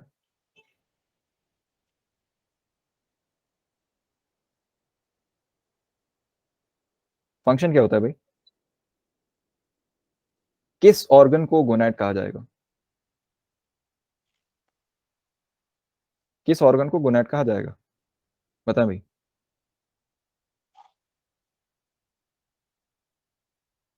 किस ऑर्गन को गोनाड कहा जाएगा? बताएं भाई। बहुत इजी सा सवाल है, बताएं। तो जो रिप्रोडक्टिव सेल्स प्रोड्यूस करे, जो रिप्रोडक्टिव सेल्स प्रोड्यूस करे। हाँ, जो गैमीट सेल्स प्रोड्यूस करे। ठीक है सर, वही। ठीक है, जो गैमीट्स प्रोड्यूस करे, गैमीट्स प्रोड्यूस करे, उसी को हम क्या कहेंगे? गोनाड्स। ठीक, तो टेस्टिस और ओवरीज क्या है? गैमीट्स प्रोड्यूस करते हैं। ठीक, सो मेल गैमीट क्या है? Sperm. Good, very good. Sperm. ठीक है, और female gamete? Ovum. Good, very good. ठीक, या फिर एक्सेल भी कह सकते हैं। ठीक है, और ये दोनं क्या है? Organs, gonads. ठीक, सो टेस्टिस की अगर हम बात करें तो ये क्या प्रोड्यूस करता है? टेस्टोस्टेरोन। ठीक, देखिए टेस्टोस जो हार्मोन सिक्रीट करता है, ठीक है, वो उनको एक ग्रुप ऑफ हार्मोन्स प्रोड्यूस होता है, और उनको हम कलेक्टिवली क्या कहते हैं? कलेक्टिवली क्या कहते हैं उनको? एंड्रोजेंस। क्या कहते हैं? एंड्रोजेंस। और टेस्टोस्टेरोन भी एक क्या है? एंड्रोजन है। ठीक है भाई, बात समझ आ रही है? टेस्टोस्टेरोन भी क्या है? एक एंड्रोजन है। ठीक है, देन ओवरीज की अगर हम बात करें तो इसमें दो बहुत हम कह सकते हैं प्रोमिनेंट हार्मोन्स हैं जो सिक्रीट होते हैं, that is estrogen and progesterone. इन दोनों का ही काम क्या होता है, या हम कह सकते हैं इन तीनों का ही काम क्या होता है? इसका क्या काम होता है? Regulate the growth. Growth. Growth. Regulate the growth estrogen. Regulate the growth. अच्छा, उसके अलावा क्या काम होता है?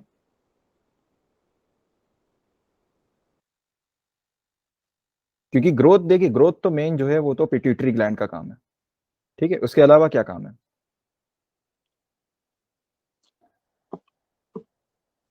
Male body features. सेक्सुअल। क्या कहते हैं उसको? क्या कहते हैं उसको? क्या कहते हैं उसको? बताएं भाई। किसको क्या कहते हैं? सेकेंडरी। Sexual character. सेकेंडरी। हाँ, सेक्सुअल कैरेक्टरिस्टिक्स। ठीक, इसका डेवलपमेंट का काम किसका होता है? एस्ट्रोजन। ठीक है, दोनों का, टेस्टोस्टेरोन का इन मेल्स और एस्ट्रोजन प्रोजेस्टेरोन का इन फीमेल्स। ठीक, अच्छा ये कैरेक्टर्स क्या होते हैं मेल्स में? मेल्स में क्या कैरेक्टर्स होते हैं? ये मेल्स में क्या कैरेक्टर्स होते हैं? सब beard growth, Formation of pubic hair, voice हाँ, होना। Facial hair.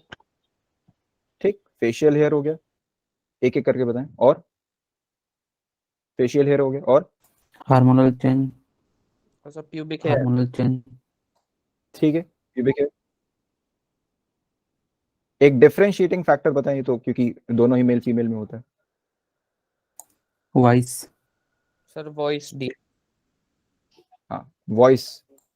ठीक, सर एडम्स एप्पल बॉयज में ज्यादा हो जाता है, बड़ा। हाँ, वॉइस में क्या चेंज आता है? मेल में वॉइस में क्या चेंज आता है? सर डीप हो जाती है। Deep voice. ठीक है, डीप वॉइस। और अगर पिच में हम बात करें तो पिच में क्या फर्क पड़ता है? पिच में क्या फर्क पड़ता है? High pitch. हाँ, ये बात करी भाई। किसने बताया? किसने बताया? फिजा। फिजा भाई मेल्स में लो पिच हो जाती है, हाई पिच नहीं होती। मेल्स में लो पिच होती है, ठीक है भाई। डीप वॉइस और लो पिच, ठीक है। हाई पिच किस में होती है? हाई पिच किस में होती है? फीमेल्स में, ठीक है। और एक और क्या कैरेक्टरिस्टिक होता है मेल्स में? एक और कैरेक्टरिस्टिक क्या होता है मेल्स में? एक और कैरेक्टरिस्टिक क्या होता है? सेक्सुअल ऑर्गन का ग्रो करना।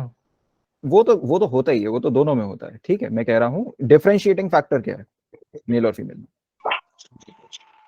Pimples sir.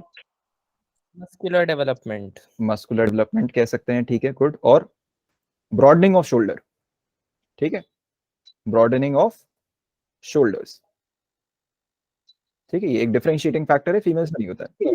फीमेल्स में क्या होते हैं कैरेक्टरिस्टिक्स? बताएं भाई, फीमेल्स में क्या होते हैं भाई कैरेक्टरिस्टिक्स?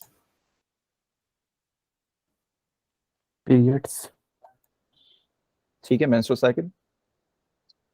और बट ये एक सेकेंडरी सेक्सुअल कैरेक्टरिस्टिक नहीं है, ठीक है, ठीक है। चेंज होता है, चेंजेस आते हैं, बट ये एक सेकेंडरी सेक्सुअल नहीं है। और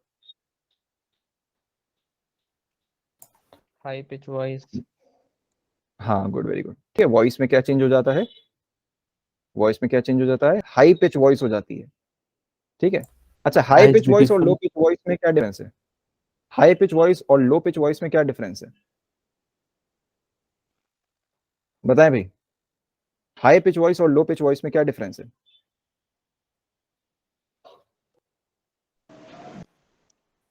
Low pitch voice is shrill, but high pitch voice is bass.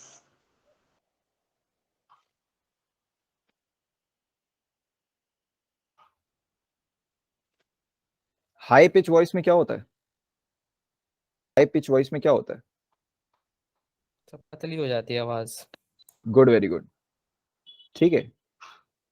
और ये जो साउंड है, हाई पिच वॉइस जो होती है, ठीक है, ये इसकी फ्रीक्वेंसी भी बढ़ जाती है, ठीक। इसकी फ्रीक्वेंसी भी बढ़ जाती है, तो इसकी वजह से ये जो वॉइस है आप, हाँ, ये जो साउंड आप काफी डिस्टेंस तक इसको सुन सकते हैं, ठीक है। इसको आप कंपेयर कर सकते हैं किससे? किससे? विसल से,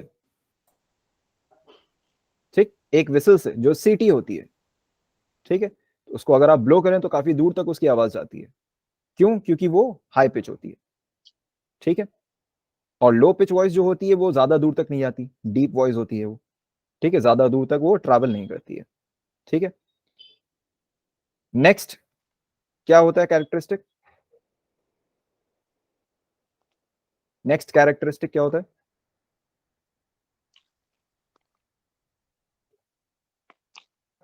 बताएं भाई, नेक्स्ट कैरेक्टरिस्टिक क्या होता है?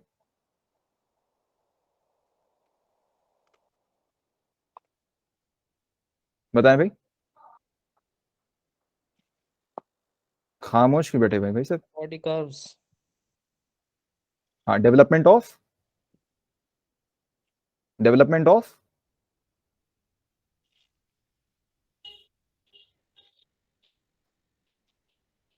बताएं भाई। Hip hip area. नहीं, वो तो ब्रॉडनिंग होती है, ठीक है, उसका डेवलपमेंट थोड़ी, वो तो होता ही है ऑलरेडी, ठीक है। डेवलपमेंट ऑफ हाँ, development of breast and broadening of pelvic region, ठीक है, पेल्विक रीजन, ठीक। तो ये सारे मैच्योर एक्स क्या बताया? मैच्योर, मैच्योर एक्स हाँ, बट वो एक वही बात होगी ना, सेकेंडरी सेक्सुअल कैरेक्टरिस्टिक नहीं है वो, ठीक है। वो तो एक प्राइमरी कैरेक्टरिस्टिक हो गया, ठीक है, सेकेंडरी कैरेक्टरिस्टिक नहीं है वो। क्लियर है? चलिए, तो ये सारी बातें हो गई इसकी टेस्टिस और ओवरीज की, ठीक है। नेक्स्ट देखते हैं पैनक्रियास, ठीक। पैनक्रियास की अगर हम बात करें तो पैनक्रियास के बारे में एक खास बात क्या है कि पैनक्रियास क्या है? Pancreas is both endocrine and exocrine. Pancreas is both endocrine and exocrine. ठीक है भाई, तो ये एक स्पेशल पॉइंट है पैनक्रियास के बारे में। ठीक, और नेक्स्ट इसके सिक्रीशंस अगर हम देखें तो एक तो सिक्रीशन इसका बहुत पॉपुलर है, दैट इज इंसुलिन। ठीक, इंसुलिन क्या काम करता है? ब्लड ग्लूकोज के लेवल्स को डिक्रीज करता है, ब्लड ग्लूकोज के लेवल्स को डिक्रीज करता है। इसीलिए आपने देखा होगा जिनको डायबिटीज होती है उनको इंसुलिन का इंजेक्शन दिया जाता है। क्यों? क्योंकि उनकी ब्लड शुगर लेवल इंक्रीज होती है, तो उसको डिक्रीज करने के लिए इंसुलिन दिया जाता है। ठीक है, नेक्स्ट एक और इसका सिक्रीशन क्या होता है? ग्लूकागॉन। और ग्लूकागॉन क्या करता है? It is opposite of insulin. ये क्या करता है? ब्लड ग्लूकोज लेवल को इंक्रीज कर देता है, ब्लड ग्लूकोज लेवल को ये इंक्रीज कर देता है। ठीक है भाई, तो इंसुलिन क्या करता है? ब्लड ग्लूकोज डिक्रीज करता है, और ग्लूकागॉन क्या करता है? ब्लड ग्लूकोज इंक्रीज करता है। ठीक है, बात समझ में आ गई भाई? अगला देखें, अगला देखिए भाई, एड्रिनल ग्लैंड। ठीक, एड्रिनल ग्लैंड नाम से ही समझ में आ रहा है रीनल। ठीक, एड्रिनल। ठीक, रीनल यहां पे वर्ड आ गया, मतलब ये किससे एसोसिएटेड है? किडनी से, बताया था अभी। सो किडनीज के ऊपर यहां पे क्या होता है? आपका एड्रिनल ग्लैंड होता है किडनीज के ऊपर। ठीक, इसीलिए इसको क्या कहते हैं? इसीलिए इसको एक और नाम से जाना जाता है, दैट इज द, क्या नाम से जाना जाता है? Cortex. Suprarenal, suprarenal gland, suprarenal gland. ठीक है, बात समझ में आ गई? सुप्रारीनल ग्लैंड क्यों? लोकेशन के वजह से। ठीक, किडनीज के ऊपर है तो सुप्रारीनल, और रीनल वर्ड क्यों आ रहा है? क्योंकि ये किडनी से एसोसिएटेड है। ठीक, और अगर हम इसका काम देखें तो ये इमरजेंसी सिचुएशंस में काम आता है, इसीलिए इसको क्या कहते हैं हम? Emergency gland, emergency gland. ठीक है, इसके सिक्रीशन की अगर हम बात करें तो इसका सिक्रीशन क्या है? Adrenaline, adrenaline. ठीक है, एड्रेनलिन का क्या काम होता है? ये एक हार्मोन है, इसका क्या काम होता है? इसको ही हम क्या कहते हैं? Emergency hormone, emergency hormone. ठीक है, इमरजेंसी हार्मोन क्यों? क्योंकि ये इमरजेंसी सिचुएशंस में काम आता है। वो कौन कौन सी सिचुएशंस हैं जिसमें ये काम आता है? कौन कौन सी सिचुएशंस है, बताएगा कोई? 3F सिचुएशन होती हैं, बताएं भाई, ये 3F कौन कौन से हैं? सर फाइट, फ्लाइट और fear. Good, very good. Fear, fight and flight. ठीक, तो ये 3F सिचुएशन में काम आता है, that is fear, fight and flight. Clear है भाई? तो इन तीनों में से कोई भी सिचुएशन क्रिएट होगी तो एड्रेनलिन सिक्रिएट हो जाता है। और एड्रेनलिन करता क्या है? एड्रेनलिन हमारी बॉडी को प्रिपेयर करता है इमरजेंसी सिचुएशन के लिए। कैसे प्रिपरेशन कैसे करता है? क्या करता है ये? हमारी बॉडी में हार्ट के टुवर्ड्स ब्लड फ्लो को इंक्रीज कर देता है। क्यों? क्योंकि इमरजेंसी सिचुएशन में हमारी बॉडी को एक्स्ट्रा एनर्जी चाहिए। एक्स्ट्रा एनर्जी चाहिए तो मतलब वो एनर्जी कहां से आएगी? ब्लड में जो फूड है उसी से आएगी ना। ठीक है, तो एनर्जी बढ़ाने के लिए क्या करता है? हमारी बॉडी में जो हार्ट है, हार्ट के टुवर्ड्स ब्लड का फ्लो इंक्रीज कर देता है। और जो अननेसेसरी चीजें हैं, ठीक है, वो हमारे जो अननेसेसरी फंक्शंस हैं वो हमारी बॉडी में स्टॉप हो जाते हैं। जैसे डाइजेशन, डाइजेशन हमारे बॉडी में स्टॉप हो जाता है जब एड्रेनलिन सिक्रीट होता है, तो डाइजेशन बंद हो जाता है। और जो मसल्स हैं जिनमें उतनी जरूरत नहीं है ब्लड फ्लो की, जो हमारी फेस मसल्स वगैरह हो गई, ठीक है, तो फेस मसल से ब्लड फ्लो कम हो जाता है। ठीक है, फेस मसल से ब्लड फ्लो कम हो जाता है, और इन सब जगहों से ब्लड फ्लो कम होके कहां पे इंक्रीज हो जाता है? हार्ट में ब्लड फ्लो इंक्रीज हो जाता है, तो हार्ट बीट भी इंक्रीज हो जाती है, ब्लड प्रेशर भी इंक्रीज हो जाता है। ठीक है, ये सब क्या क्रिएट करता है? एक हमारी बॉडी को क्रिएट कर देता है फॉर एन इमरजेंसी सिचुएशन। ठीक है भाई, बात समझ आ गई इतनी? अच्छा, काफी लोगों के पास बाइक होगी, किसी के पास अपाचे बाइक है? अपाचे, अपाचे बाइक है किसी के पास? टीवीएस की अपाचे, नाम सुना है किसी ने? नाम सुना है नहीं सर। है नहीं, टीवीएस अपाचे नाम सुना है। तो टीवीएस की जो अपाचे जो फर्स्ट मॉडल इसका आया था, तो इनका भी जो टैगलाइन थी वो भी यही थी, एड्रेनलिन। इनकी जो टैगलाइन थी वो भी क्या थी? यही थी, एड्रेनलिन। ठीक है भाई, आगे देखें नेक्स्ट। Thyroid gland. ठीक, थायराइड ग्लैंड की अगर हम बात करें तो थायराइड ग्लैंड का पहला सिक्रीशन हमारे पास क्या है, दैट इज थायरॉक्सिन। ठीक, थायरॉक्सिन, थायरॉक्सिन का क्या काम होता है, मेटाबॉलिज्म। मेटाबॉलिज्म किसका metabolism, carbohydrates, fats, proteins. Carbohydrates, fats and proteins, इन तीनों के मेटाबॉलिज्म का काम किसका है, थायरॉक्सिन का। ठीक है, नेक्स्ट क्या है, कैल्सिटोनिन। कैल्सिटोनिन, और कैल्सिटोनिन एक काफी इंपॉर्टेंट हार्मोन है। क्यों, कैल्सिटोनिन का क्या काम होता है, ये ब्लड सर्कुलेशन को रेगुलेट करता है। कैसे, कैसे रेगुलेट करता है, by decreasing the blood calcium levels in our body. ठीक है, इन आवर ब्लड। ठीक है, ब्लड कैल्शियम लेवल्स को डिक्रीज कर देता है। करता क्या है, देखिए जैसे ये हमारी सपोज बोन है, ये हमारी बोन है, और यहां पे कोई ब्लड वेसल है जिसमें ब्लड फ्लो कर रहा है। ठीक है, और यहां पे अगर ब्लड का अमाउंट ज्यादा है, ठीक है, अगर यहां पे sorry blood calcium Ca+2, Ca+2, अगर यहाँ पे कैल्शियम का अमाउंट ज्यादा है, Ca+2 का अमाउंट ज्यादा है, तो क्या करेगा ये कैल्सिटोनिन, यहां से कैल्शियम को उठा के कहां पे ट्रांसपोर्ट कर देगा, हमारी बोन्स में। ठीक है, तो इसकी वजह से, कैल्सिटोनिन की वजह से हमारी बोन्स क्या होती हैं, स्ट्रॉन्ग बनती हैं। हमारी बोन्स क्या होती हैं, स्ट्रॉन्ग होती हैं। ठीक है, कैल्शियम के बारे में एक बात समझ लें भाई, कैल्शियम +2, Ca+2, कैल्शियम के बारे में एक बात समझें कि calcium is the most abundant mineral, most abundant mineral. कहां पे, कहां पे होता है most abundant, in our body, in our body. Human body में सबसे ज्यादा अबंडेंट मिनरल कौन सा है, कैल्शियम, Ca+2।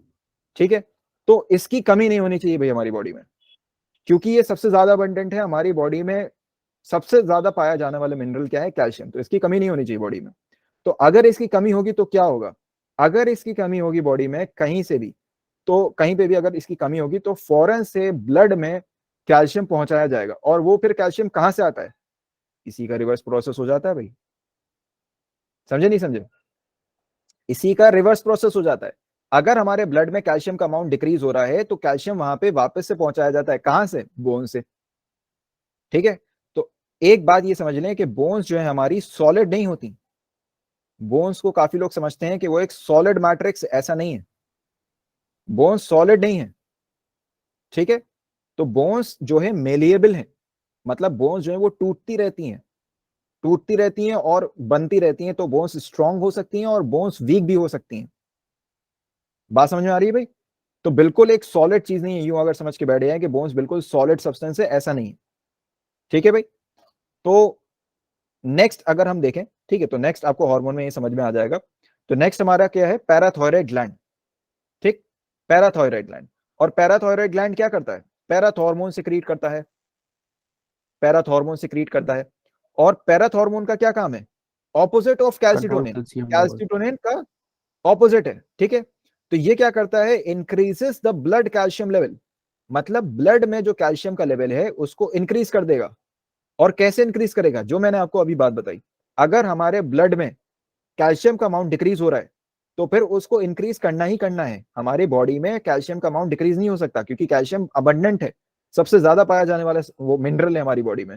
तो काफी जगहों पे कैल्शियम यूज हो रहा है, तो कैल्शियम का अमाउंट हमारी बॉडी में डिक्रीज नहीं हो सकता। ठीक, तो कैल्शियम का अमाउंट अगर डिक्रीज हो रहा है तो उसको पूरा किया जाएगा, कहां से, इन्हीं सब तरीकों से, हमारे बोन से कैल्शियम लेके ब्लड में दिया जाएगा। तो इसीलिए कहा जाता है कि हमेशा कैल्शियम अपना चेक करते रहें, कैल्शियम प्रॉपर लें। अगर जो इंडिविजुअल कैल्शियम प्रॉपर नहीं लेता तो उसका क्या होता है, बोन्स वीक हो जाती हैं। क्यों, क्योंकि बोन से कैल्शियम उठ के आपकी बॉडी में जाना है, ये बात समझ लें, बोन से कैल्शियम उठ के आपकी बॉडी में जाना ही जाना है, आपके ब्लड में।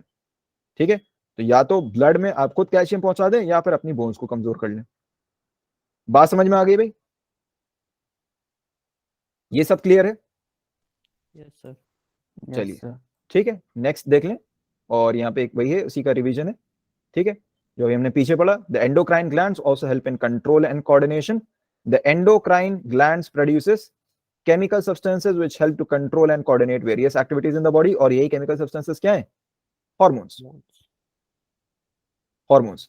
ठीक है, endocrine glands in the body are pineal gland, hypothalamus, pituitary gland, parathyroid gland, adrenal, pancreas, testis, ovary.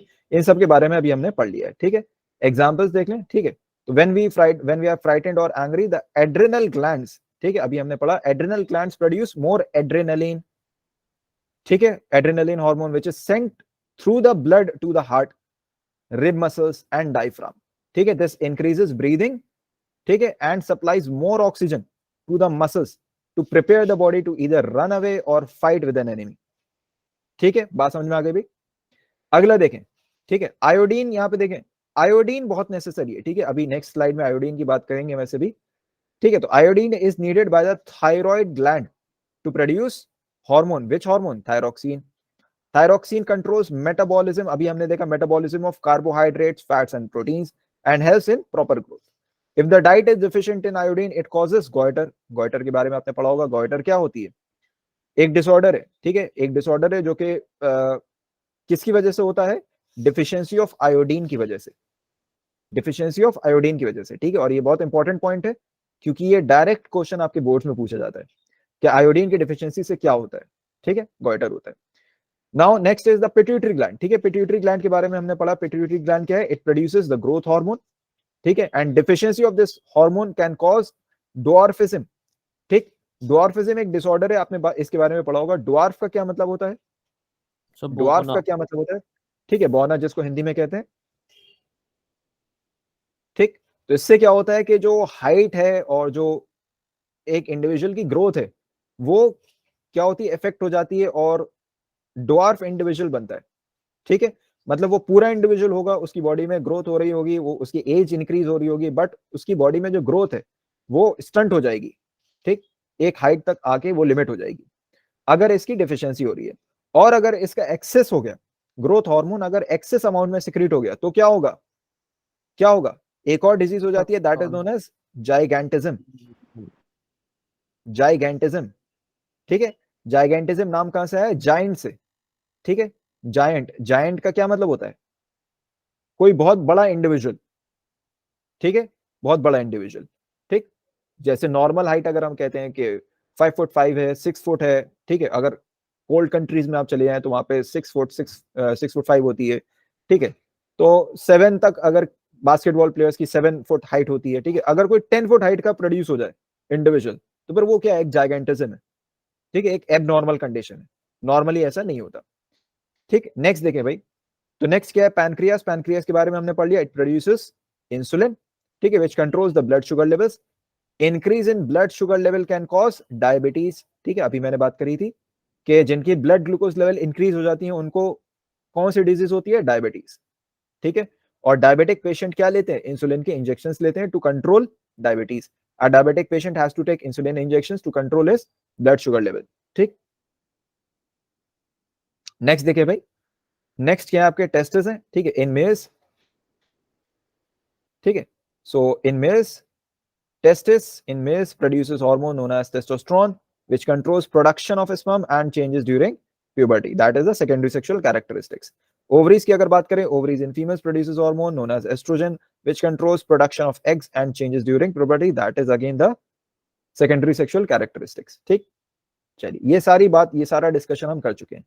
यहां पे अब एक क्वेश्चन आ जाता है जो मैंने कहा था कि इसको बाद में कवर अप करेंगे। क्वेश्चन क्या है, the difference between involuntary actions and reflex actions, involuntary actions और रिफ्लेक्स एक्शंस में डिफरेंस क्या है। इनवॉलंटरी एक्शंस क्या होते हैं, actions that are controlled by the brain, ठीक है, ब्रेन के पार्ट्स में हमने पढ़ा था कि ब्रेन के पार्ट्स में जो आपका मेड्यूला होता है which is present in the hind brain, ठीक, हाइंड ब्रेन, तो वो क्या करता है, आपके इनवॉलंटरी एक्शंस को कंट्रोल करता है। अब इनवॉलंटरी एक्शंस क्या है, वो एक्शंस जो हमारे कंट्रोल में नहीं है, हम उनको कंट्रोल नहीं कर सकते, लेकिन वो कंट्रोल किसकी वजह से हो रहे हैं, हमारे माइंड की वजह से, हमारे ब्रेन की वजह से, ठीक है। और इसके एग्जांपल्स क्या हैं, बीपी, बीपी मतलब ब्लड प्रेशर, ठीक, blood pressure, then heart beat, ठीक, देन ब्रीदिंग, रेस्पिरेशन, ठीक है, ये सब आपके क्या है, इनवॉलंटरी एक्शंस है, ठीक है, जो कि आपके कंट्रोल होते हैं किसकी वजह से, किसकी वजह से, ब्रेन की वजह से, ठीक। नेक्स्ट देखिए रिफ्लेक्स एक्शंस, ठीक है, नेक्स्ट है आपका रिफ्लेक्स एक्शंस। सो रिफ्लेक्स एक्शंस की अगर हम बात करें तो रिफ्लेक्स एक्शंस के बारे में अभी हमने पढ़ा था कि ये वो एक्शंस हैं जो कंट्रोल होते हैं किससे, स्पाइनल कॉर्ड से और ब्रेन से, ठीक, लेकिन कमांड कौन देता है, खाली स्पाइनल कॉर्ड, स्पाइनल कॉर्ड और ब्रेन से कंट्रोल होते हैं, लेकिन कमांड कौन देता है? खाली स्पाइनल कॉर्ड। ठीक है, बात समझ में आ रही है भाई? एग्जाम्पल्स इसके क्या है? ब्लिंकिंग ऑफ आई हो गया, ठीक है, और आपका जर्क महसूस होने पे, ठीक है, मूवमेंट हो गए, बॉडी के रिफ्लेक्सेस हो गए जो अभी मैंने बात करी थी, ठीक है। तो ये सब क्या है? आपके रिफ्लेक्स एक्शंस, ठीक है, जिनमें आप बिना सोचे समझे एक्शन ले लेते हैं और आपको बाद में एहसास होता है कि आपने एक्शन ले लिया। ये किसकी वजह से कंट्रोल होता है? आपके स्पाइनल कॉर्ड और ब्रेन दोनों की वजह से। ठीक है, चलिए लास्ट क्वेश्चन है क्या? Why is the use of iodised salt advisable? ठीक, तो सॉल्ट जो है आयोडाइज्ड एडवाइज्ड होता है, ठीक है। अगर आप मार्केट में जाएं और सॉल्ट लें तो आप हमेशा वहां पे देखेंगे सॉल्ट के पैकेट पे लिखा होता है आयोडाइज्ड सॉल्ट, आयोडाइज्ड सॉल्ट, ठीक है। ऐसा क्यों होता है? ऐसा क्यों होता है? क्योंकि जो नॉर्मल सॉल्ट आता है, ठीक है, वो कहां से आता है? आपके जनरली सी वाटर से सॉल्ट ऑब्टेन होता है। सी वाटर को इवेपोरेट करके सॉल्ट को ऑब्टेन किया जाता है, और ये सॉल्ट जनरली आपका क्या होता है? कॉमन सॉल्ट या NaCl हम कह सकते हैं, सोडियम क्लोराइड, ठीक है। और इसमें आयोडीन नहीं होता, इसमें आयोडीन नहीं होता है, ठीक है। तो होता क्या है कि आयोडीन हमारी बॉडी के लिए एसेंशियल है, जैसे अभी हमने पढ़ा था कि आयोडीन क्यों एसेंशियल है? क्योंकि आयोडीन क्या करता है? थायरॉक्सिन सिंथेसिस में काम आता है, They can lead to goiter. ठीक है, जो कि सिक्रीट होता है किसकी वजह से? थायराइड ग्लैंड की वजह से। तो थायरॉक्सिन के सिक्रीशन में काम आता है क्या? आयोडीन। और आयोडीन हमारे बॉडी में काफी कम अमाउंट में रिक्वायर्ड होता है, ठीक है। आयोडीन की जो रिक्वायरमेंट है हमारी बॉडी में वो बहुत थोड़ी सी है, बहुत कम है, ठीक। तो जनरली जो भी हम फूड ऑब्टेन करते हैं उसमें आयोडीन नहीं होता, ठीक। और आयोडीन हमें बहुत थोड़ा सा चाहिए होता है, तो जो हम फूड ऑब्टेन करते हैं पूरे दिन में उससे कुछ ना कुछ अमाउंट आयोडीन का मिल जाता है, तो हमारी रिक्वायरमेंट पूरी हो जाती है। बट जो लोग माउंटेन रीजन में रहते हैं उनके जो फूड हैबिट्स होती हैं, ठीक है, उनके फूड्स में आयोडीन अवेलेबल नहीं होता, और वो एक जब आप लॉन्ग ड्यूरेशन तक आप विदाउट आयोडीन वाला फूड ऑब्टेन करेंगे तो क्या होगा? आपकी बॉडी में आयोडीन की कमी हो जाएगी, ठीक। तो एक यहाँ पे एक प्रॉब्लम थी कि आयोडीन को किस तरीके से इंट्रोड्यूस किया जाए आपके फूड में, फूड में आयोडीन को किस तरीके से इंट्रोड्यूस किया जाए, ठीक है। तो इंट्रोड्यूस करने का क्या तरीका है? किसी भी चीज को अगर आपको फूड में इंट्रोड्यूस करना है तो क्या तरीका होता है उसका? कि आप एक कोई स्टेपल फूड ले लें, कोई स्टेपल फूड ले लें और उसमें उस चीज को इंट्रोड्यूस कर दें। अब ये स्टेपल फूड क्या होता है? स्टेपल फूड क्या होता है? वो फूड जो आपकी डेली रिक्वायरमेंट में मदद करता है, ठीक है। जैसे हमारी डेली रिक्वायरमेंट क्या होती है फूड की? डेली रिक्वायरमेंट क्या है? आप डेली के बेसिस पे क्या खाते हैं? रोटी, ठीक, रोटी या चपाती, ठीक है, या राइस, राइस, ठीक है, राइस। तो ये डेली रिक्वायरमेंट्स होती हैं लोगों की, ठीक है। ब्रेड, ब्रेड कह सकते हैं, ठीक। तो ब्रेड एंड बटर जिसको कहते हैं, तो ये क्या होती है? डेली रिक्वायरमेंट्स होती हैं, ये बहुत स्टेपल चीजें, ये बहुत स्टेपल फूड है, इसीलिए इनका जो प्राइस भी होता है वो हमेशा कम रहता है कि कोई भी नॉर्मल इंडिविजुअल इसको खरीद सके, ठीक। तो इन फूड आइटम्स में इसको किसी को इंट्रोड्यूस, इन्हीं में से किसी फूड आइटम में आयोडीन को इंट्रोड्यूस करना था, ठीक है। तो यहाँ पे एक और चीज जो मिली वो क्या थी? सॉल्ट, क्योंकि हम हर फूड में सॉल्ट डालते हैं और सॉल्ट जो है काफी कम अमाउंट में डाला जाता है, ठीक है। और उसके लिए बिल्कुल परफेक्ट चीज थी, आयोडीन को इंट्रोड्यूस करने के लिए बिल्कुल परफेक्ट चीज थी सॉल्ट। इसीलिए अब जो सॉल्ट आपको मार्केट में दिखेंगे, ठीक है, उसमें क्या होता है? आयोडीन एडेड होता है, इसीलिए वो मार्केट में क्या अवेलेबल होता है? आयोडाइज्ड सॉल्ट, ठीक। अगर आप नेचुरल सॉल्ट ऑब्टेन करें सी वाटर से तो उसमें आयोडीन नहीं होगा, ठीक है। तो मार्केट में जो अवेलेबल है वो आयोडाइज्ड सॉल्ट होता है, ठीक। तो it causes lack of iodine causes goitre, ठीक, गोइटर हो जाता है लैक ऑफ आयोडीन से, और आयोडीन की कमी से गोइटर हो जाता है। और गोइटर में होता क्या है? गोइटर में होता क्या है? थायराइड ग्लैंड जब देखता है, थायराइड ग्लैंड जब देखता है कि हमारे थायराइड ग्लैंड जब देखता है कि थायरॉक्सिन प्रॉपर्ली सिक्रेट नहीं हो रहा है, क्यों? क्योंकि आयोडीन की कमी हो गई, आयोडीन की क्या हो गई? कमी हो गई। आयोडीन की कमी हो गई तो थायरॉक्सिन प्रॉपर्ली सिक्रेट नहीं होगा, और इसके ही एक इफेक्ट में इसको प्रॉपर्ली सिक्रीट करने के चक्कर में जो थायराइड ग्लैंड है वो क्या हो जाता है?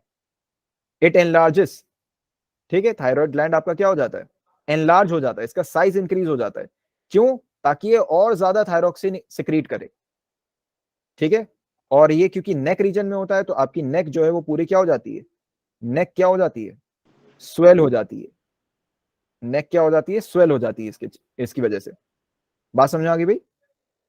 सो thyroid gland enlarges in an effort to produce more thyroxine. क्यों मोर थायरोक्सिन क्यों प्रोड्यूस हो रहा है? क्योंकि थायरोक्सिन जो है थायराइड ग्लैंड के पास क्या सिग्नल पहुंचा कि थायरोक्सिन जो है प्रॉपर्ली सिक्रीट नहीं हो रहा है because of deficiency of iodine.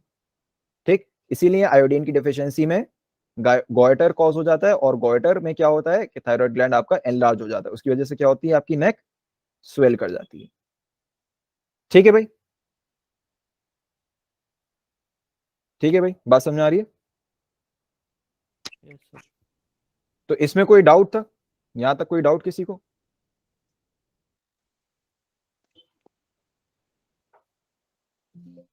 No sir. बताएं भाई, कोई डाउट किसी को?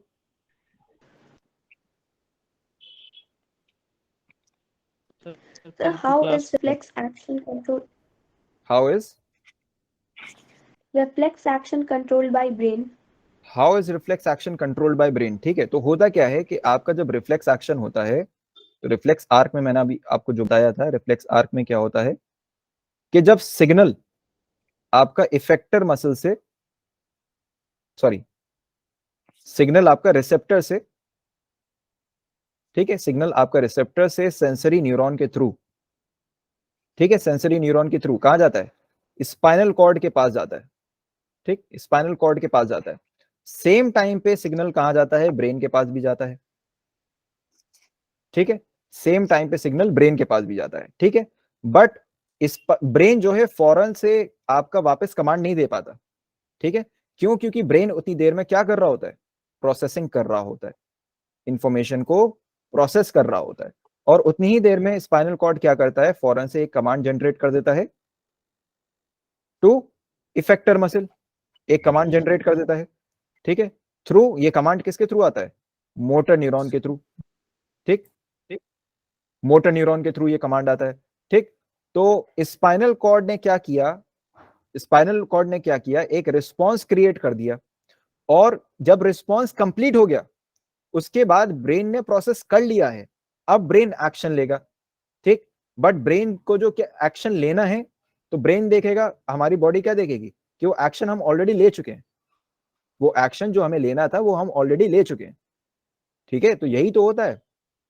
ये होता है नहीं होता? जब भी कोई आप हॉट ऑब्जेक्ट अगर टच करेंगे, तो आप एकदम से हाथ हटा लेंगे, और उतनी देर में आपके ब्रेन ने प्रोसेस कर लिया। अब ब्रेन आके कमांड दे रहा है कि हाथ हटाना है। ठीक है, हाथ हटाना है, और आपने देखा कि आप ऑलरेडी हाथ हटा चुके। तो होता नहीं होता कि आप जब रिफ्लेक्स एक्शन ले लेते हैं, तब आपको एहसास हो, अरे ये तो मैं काम कर ही चुका हूं। ठीक है, कि जितनी देर में मैंने सोचा उतनी देर में तो मैंने हाथ हटा ही लिया था।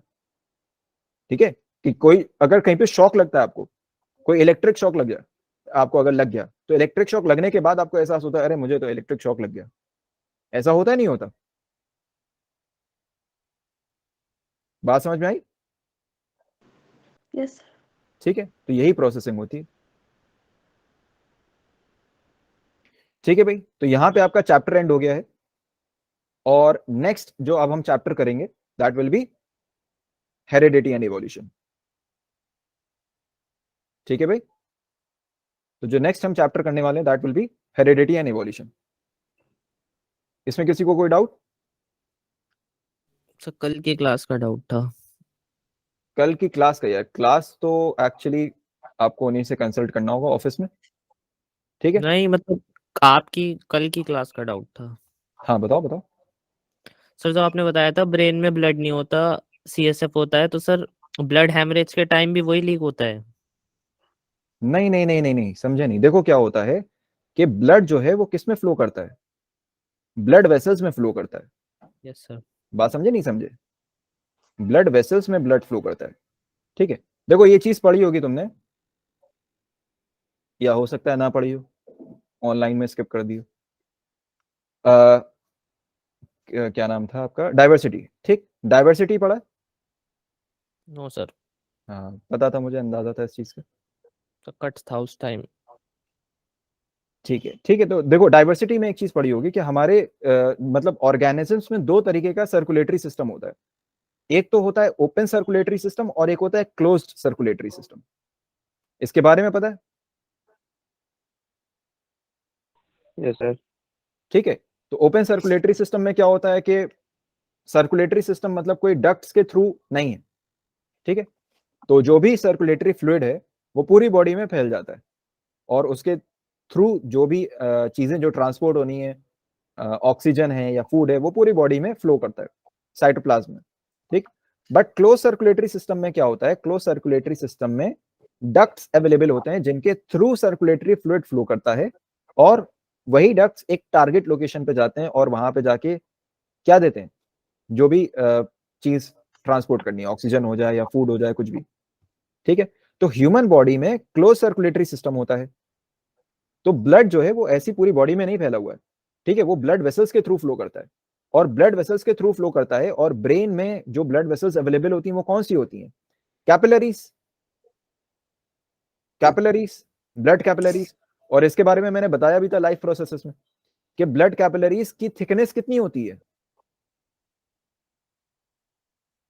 थिकनेस कितनी होती है इसकी, बहुत कम, बहुत कम। कितनी होती है,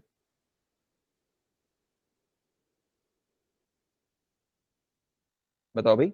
सिंगल सेल्ड थिक होती है capillaries, single celled. Single celled thick होती हैं कैपिलरीज, मतलब एक टाइम पे एक सेल इससे पास हो सकता है, ठीक है। तो जो तुम बात कर रहे हो हैमरेज की, हैमरेज में क्या होता है कि जब हमारा ब्लड प्रेशर इंक्रीज हो जाता है तो उसमें क्या होता है कि ज्यादा ब्लड फ्लो करने लगता है। तो जब ज्यादा ब्लड फ्लो करेगा कैपिलरीज के थ्रू तो क्या होगा, एक सेल पास हो सकता है बट एक से ज्यादा सेल्स आने लगेंगे तो क्या होगा, कैपिलरीज बर्स्ट हो जाएंगी। तो कैपिलरी जब बर्स्ट होती है तो उसी कंडीशन को हम क्या कहते हैं, हैमरेज कहते हैं, ठीक है। उसी कंडीशन को क्या कहते हैं, हैमरेज कहते हैं, ठीक है। अब हैमरेज कहीं पे भी हो सकता है, जहां पे कैपिलरी है वहां पे हैमरेज हो सकता है। तो अगर ब्रेन में कैपिलरी की बर्स्टिंग हुई है तो फिर वो ब्रेन हैमरेज हो जाएगा, आई में हुई है तो आई हैमरेज हो जाएगा, कुछ भी हो सकता है, ठीक है। Yes sir. चलिए फिर क्लास एंड कर रहे हैं और नेक्स्ट क्लास से फिर आपका हेरिडिटी एंड एवोल्यूशन स्टार्ट कर देंगे, ठीक है भाई, आप लीव कर सकते हैं। अल्लाह हाफिज। अल्लाह अस्सलाम हाफिज। वालेकुम। वालेकुम अस्सलाम।